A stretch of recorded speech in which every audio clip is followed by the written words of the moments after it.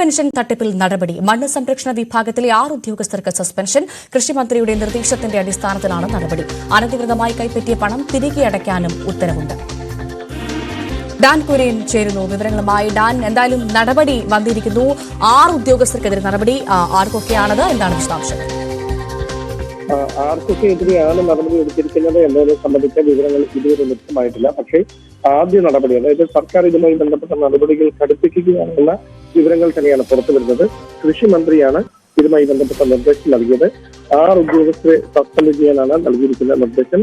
നേരത്തെ 1458 പേരാണ് ഗസറ്റഡ് ഉദ്യോഗസ്ഥർ ഉൾപ്പെടെയുള്ള കോളേജ് അധ്യാപകർ ഉൾപ്പെടെ 1458 പേരാണ് 1600 രൂപ വീതം എല്ലാ മാസവും ക്ഷേമ പെൻഷൻ അനർഹമായി കൈപ്പറ്റിയതെന്നായിരുന്നു ധനവകുപ്പിന്റെ അന്വേഷണത്തിൽ കണ്ടെത്തിയത്.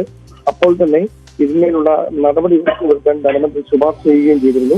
അതിന്റെ കൂടി അടിസ്ഥാനത്തിലാണ് അടുത്ത നടപടികളിലേക്ക് കടക്കുന്നതിന് സൂചനയായി കൃഷി വകുപ്പ് മന്ത്രി 6 ഉദ്യോഗസ്ഥരെ സസ്പെൻഡ് ചെയ്തുകൊണ്ട് ഉത്തരവിട്ടിരിക്കുന്നത്. ഇവരിൽ നിന്ന് പിഴയടക്കം ഈ പണം തിരികെ പിടിക്കാനും നിർദ്ദേശം നൽകിയിട്ടുണ്ട്. ക്ഷേമ പെൻഷൻ തട്ടിപ്പിൽ സർക്കാർ ആദ്യ നടപടി അല്ലേ ഡാൻ? തീർച്ചയായിട്ടും അങ്ങനെ തന്നെ പറയാം. ആദ്യ നടപടി അത് ഇവിടെ കൊണ്ട് അവസാനിക്കുന്നില്ല. അതിൽ ഉന്നത ഉദ്യോഗസ്ഥർ വരെ ഉൾപ്പെട്ടിട്ടുണ്ട് എന്ന് ആദ്യഘട്ടത്തിൽ തന്നെ വിവരങ്ങളൊക്കെ പുറത്തു വന്നതാണ്. അതുകൊണ്ട് ഏതൊക്കെ തരത്തിൽ ഉന്നത ശ്രേണിയിലുള്ള ഏതൊക്കെ ഉദ്യോഗസ്ഥർക്കെതിരെ അങ്ങനെ നടപടി വരുമെന്നാണ് ഇനി കാണാനുള്ളത്.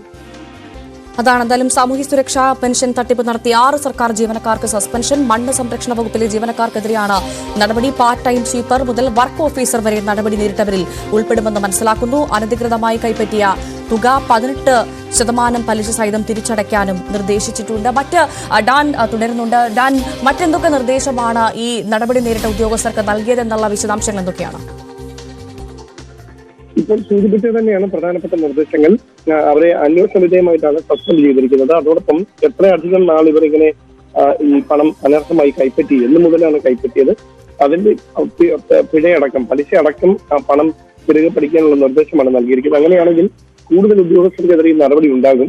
അതിൽ ഞാൻ നേരത്തെ സൂചിപ്പിച്ച പോലെ ഉന്നത ഉദ്യോഗസ്ഥരടക്കം ഉൾപ്പെട്ടിട്ടുണ്ടെന്നുള്ള വിവരങ്ങൾ നേരത്തെ പുറത്തു വന്നതാണ്. അത് അവരുടെ പേരും മറ്റു വിശദാംശങ്ങളും പുറത്തു വരാത്തതിനെതിരെ പ്രതിപക്ഷം വലിയ വിമർശനം ഉന്നയിച്ചിരുന്നു. അങ്ങനെ ഒരു വിവരം കൂടി ഇനി പുറത്തു വരുമോ, അങ്ങനെ ഒരു നീക്കം സർക്കാരിന്റെ ഭാഗത്തുനിന്ന് ഉണ്ടാകുമോ എന്നതൊക്കെയാണ് ഇനി അറിയാനുള്ളത്. തീർച്ചയായും അതാണ് സാഹചര്യം. ആരാണ് ഇത് ചെയ്തത്, അവരുടെ വിവരങ്ങൾ എന്താണ് എന്നുള്ള കാര്യമാണ് അറിയേണ്ടത്. അത് സർക്കാർ പുറത്തുവിടണമെന്ന് പ്രതിപക്ഷം തന്നെ ആവശ്യപ്പെട്ടിട്ടുണ്ട്. അത്തരത്തിലൊരു നടപടിയിലേക്ക് സർക്കാർ കടക്കുമോ എന്നുള്ളത് നമ്മൾ കാത്തിരുന്ന് കാണാം. എന്തായാലും ഇപ്പോൾ നടപടി വന്നിരിക്കുന്നു. ഏറ്റവും പ്രധാനമായി അനധികൃതമായി കൈപ്പറ്റിയ തുക 18% പലിശ സഹിതം തിരിച്ചടയ്ക്കാനാണ് നിർദ്ദേശം. സംസ്ഥാനത്തെ ഗസറ്റഡ് ഉദ്യോഗസ്ഥരടക്കം 1458 സർക്കാർ ജീവനക്കാർ ഈ സാമൂഹ്യ സുരക്ഷാ പെൻഷൻ കൈപ്പറ്റുന്നുവെന്നാണ് പരിശോധനയിൽ കണ്ടെത്തിയത്. ധനവകുപ്പ് നിർദ്ദേശപ്രകാരം ഇൻഫർമേഷൻ കേരള മിഷൻ നടത്തിയ പരിശോധനയിലാണ് ഈ ഗുരുതര തട്ടിപ്പ് കണ്ടെത്തിയതെന്ന് മനസ്സിലാക്കുന്നു. ഗസറ്റഡ് ഉദ്യോഗസ്ഥരടക്കമാണ് പെൻഷൻ കൈപ്പറ്റുന്നത്. കോളേജ് അസിസ്റ്റന്റ് പ്രൊഫസർമാർ, ഹയർ സെക്കൻഡറിയിലെ അടക്കം അധ്യാപകരും ക്ഷേമ പെൻഷൻ വാങ്ങുന്നവരുടെ പട്ടികയിൽ ഉണ്ടായിരുന്നു. അനധികൃതമായി കൈപ്പറ്റിയ പെൻഷൻ തുക പലിശയടക്കം തിരിച്ചുപിടിക്കാനാണ് ഇപ്പോൾ ധനവകുപ്പിന്റെ നിർദ്ദേശം. എന്തായാലും ആദ്യ നടപടിയാണ് സർക്കാരിന്റെ ഭാഗത്തുനിന്ന്. ഇനി എന്തൊക്കെ നടപടി